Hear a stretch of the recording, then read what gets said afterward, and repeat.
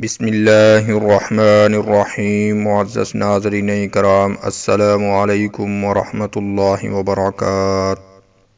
بڑے چلے کر لیے، وظیفے پڑھ لیے، بہت سے تعویذات لٹکا لیے، پہن لیے اور پی بھی لیے، نہ کوئی دعا قبول ہوئی، نہ حاجت پوری ہوئی، نہ کسی بھی کام کے ہونے کی امید نظر آئی۔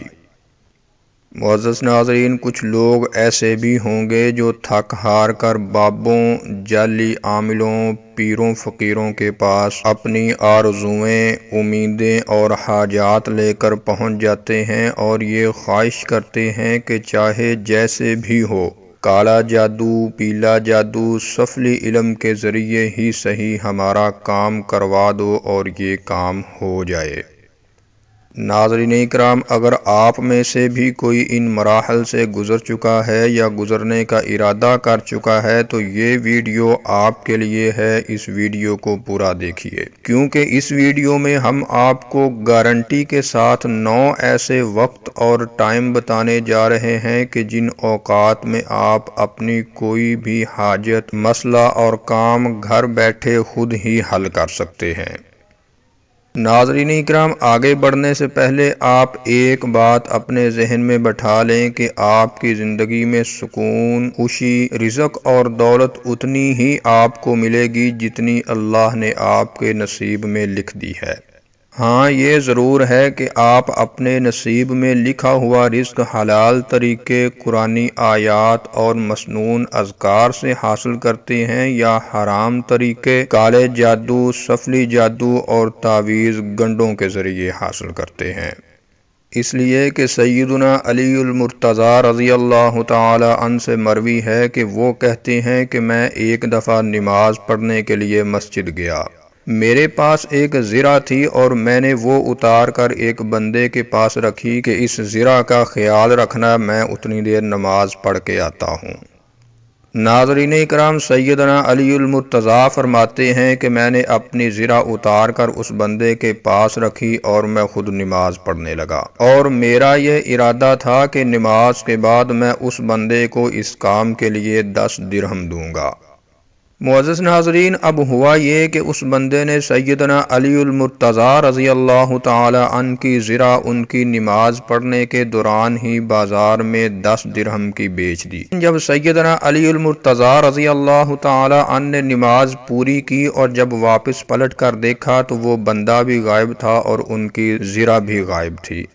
اب حضرت علی رضی اللہ تعالی عنہ مسجد سے باہر نکلے اور بازار میں ایک دکان کے پاس اپنی زرہ کو پڑے ہوئے دیکھ لیا، اور انہوں نے دکان کے مالک کو اس کی پوری تفصیل بتائی اور وہ زرہ 10 درہم میں واپس اپنے پاس لے لی۔ وہی 10 درہم جو حضرت علی نے اس بندے کو دینے تھے، اب اس دکاندار کو دے کر اپنی زرہ واپس لے لی، اور فرمایا کہ اس چوری کرنے والے بندے کے نصیب میں 10 درہم ہی تھے، چاہے وہ مجھ سے تحفتاً لے لیتا یا چاہے تو اس دکان والے سے حرام طریقے سے لے لیتا، لیکن اس نے اللہ پر توکل اور بھروسے کے ساتھ حلال طریقہ چھوڑ کر حرام طریقہ اپنایا۔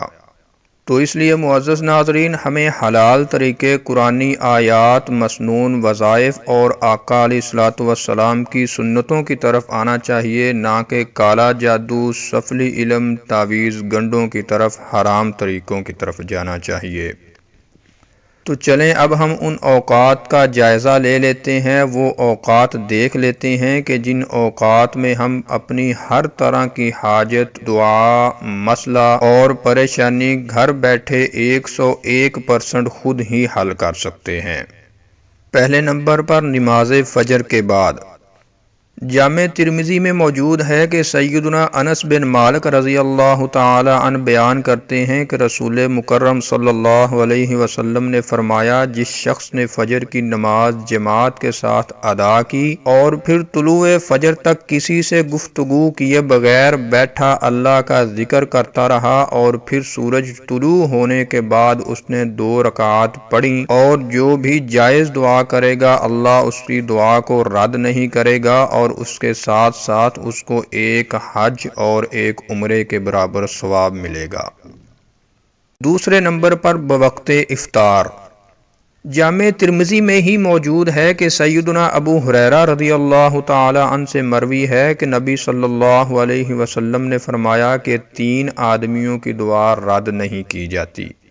ان میں سے ایک والد اور دوسرا روزہ دار ہے کہ جب وہ روزہ افطار کرے تو جو بھی جائز دعا کرے گا اللہ اس کی دعا قبول کرے گا، اور تیسرا مسافر۔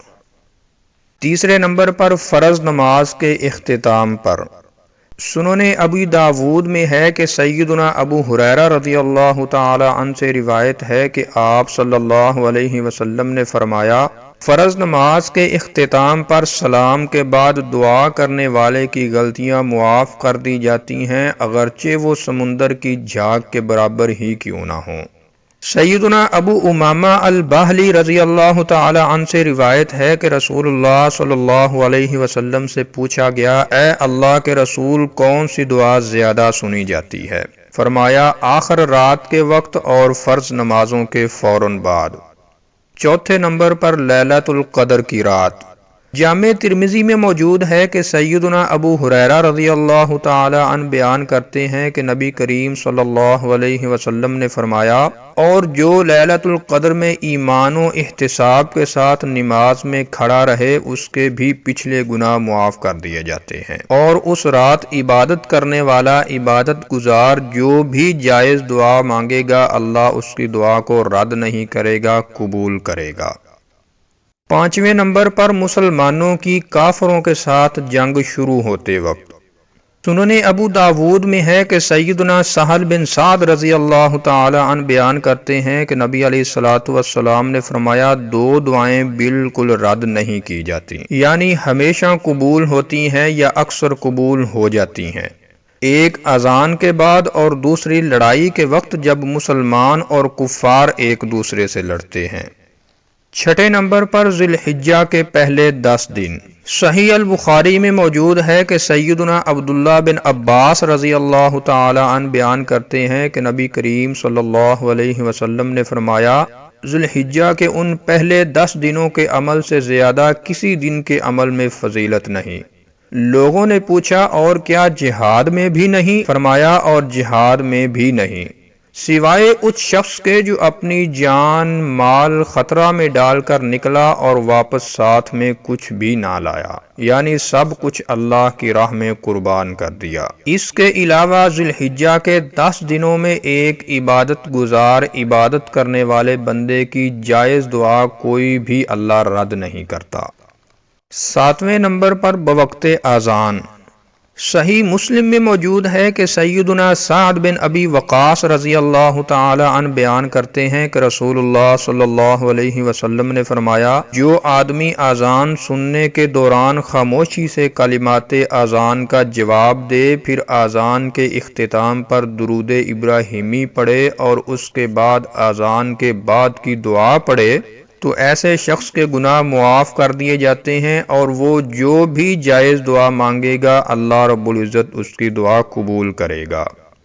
8ویں نمبر پر ہر شب میں ہر رات میں ایک گھڑی۔ صحیح مسلم میں موجود ہے کہ سیدنا جابر بن عبداللہ رضی اللہ تعالی عنہ بیان کرتے ہیں کہ میں نے رسول اللہ صلی اللہ علیہ وسلم کو فرماتے ہوئے سنا کہ رات میں ایک گھڑی ایسی ضرور ہوتی ہے کہ اس وقت مسلمان آدمی اللہ تعالیٰ سے جو بھی دنیا اور آخرت کی بھلائی مانگتا ہے اللہ اس کو وہ ضرور عطا کر دیتا ہے، اور یہ گھڑی ہر رات میں ہوتی ہے۔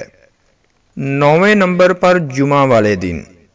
صحیح بخاری میں سیدنا ابو ہریرہ رضی اللہ تعالی عنہ بیان کرتے ہیں کہ رسول اللہ صلی اللہ علیہ وسلم نے جمعہ کے دن کی فضیلت کے بارے میں ایک دفعہ ذکر فرمایا، اور فرمایا کہ اس دن میں ایک ایسی گھڑی آتی ہے کہ جس میں اگر کوئی بندہ کھڑا نماز پڑھ رہا ہو اور اس وقت میں وہ اللہ تعالیٰ سے کچھ مانگے تو اللہ تعالیٰ اسے وہ چیز ضرور دیتا ہے۔ اور پھر ہاتھ کے اشارے سے آپ صلی اللہ علیہ وسلم نے بتلایا کہ وہ ساتھ وہ گھڑی بالکل بہت تھوڑی سی ہوتی ہے۔ 9ویں نمبر پر ہر اذان اور اقامت کا درمیانی وقت۔ جامع ترمذی میں موجود ہے کہ سیدنا انس بن مالک رضی اللہ تعالی عنہ بیان کرتے ہیں کہ رسول اللہ صلی اللہ علیہ وسلم نے فرمایا، اذان اور اقامت کے درمیان جو بھی جائز دعا اللہ سے مانگی جاتی ہے اللہ اس دعا کو رد نہیں کرتا۔ تو ناظرین اکرام، یہ تھے وہ اوقات جن اوقات میں مانگی گئی دعا اللہ رب العزت رد نہیں کرتے۔ تو اللہ سے دعا ہے کہ اللہ رب العزت ہم تمام مسلمانوں کی پریشانیاں، مسائل اور تکالیف کو دور فرمائے اور دینی قرآنی مسنون اذکار کا اہتمام کرنے کی توفیق عطا فرمائے۔ اور اگر آپ اس طرح کی مزید ویڈیوز دیکھنا چاہتے ہیں یا کسی بھی مسئلے، پریشانی یا حاجت کے متعلق قرآنی وظائف جاننا چاہتے ہیں تو نیچے کامنٹ باکس میں ضرور لکھیں۔ السلام علیکم ورحمۃ اللہ وبرکاتہ۔